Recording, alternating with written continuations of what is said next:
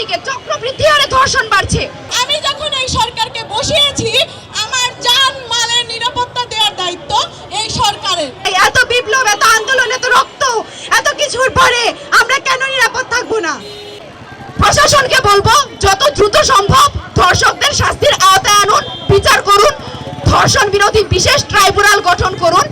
এমন একটা দেশে আমরা বসবাস করছি যেখানে বলা হয়ে থাকে ধর্ষকের হাতে একবার ধর্ষণের শিকার হওয়ার পরেও দ্বিতীয়বার আবার তাকে ধর্ষণের শিকার হতে হয় আইন শৃঙ্খলা রক্ষাকারী বাহিনীদের হাতে, যখন সে বিচারের জন্য যায়।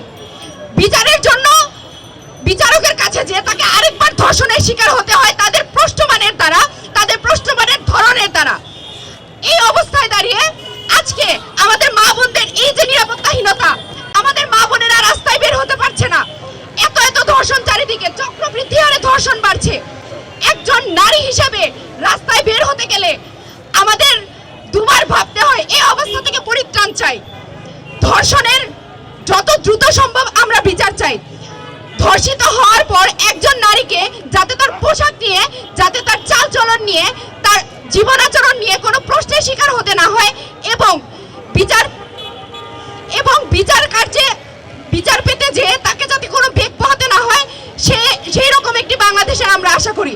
আমরা এমন একটি বাংলাদেশের আশা করি যেখানে ধর্ষিত হওয়ার পর একজন নারী তার বিচার পাওয়ার জন্য, তাকে বিচার পাওয়ানোর আশায় আমাদের মতো আর 10টা নারীর যাতে রাস্তায় দাঁড়ানোর আগেই সরকার তাদের বিচারের সম্মুখীন করে, তাদের প্রত্যেকের বিচারের আওতায় আনা হয় যেন, আমরা সেটা চাই।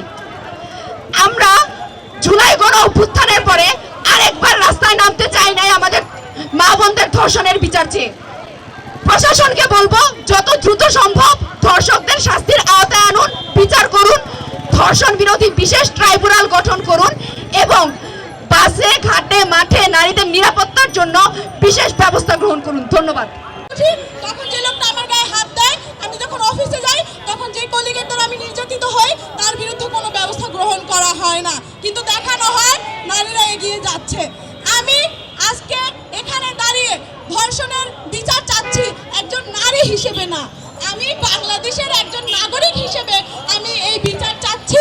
কারণ আমি যখন এই সরকারকে বসিয়েছি, আমার জান মালের নিরাপত্তা দেওয়ার দায়িত্ব এই সরকারের। এই সরকার যদি আমার জানমালের নিরাপত্তা না দিতে পারে, তাহলে জনগণের টাকায় এই সরকার, এই পুলিশ প্রশাসন, এই আইন শৃঙ্খলা বাহিনীকে বসিয়ে রাখার কোনো প্রয়োজন মনে করি না।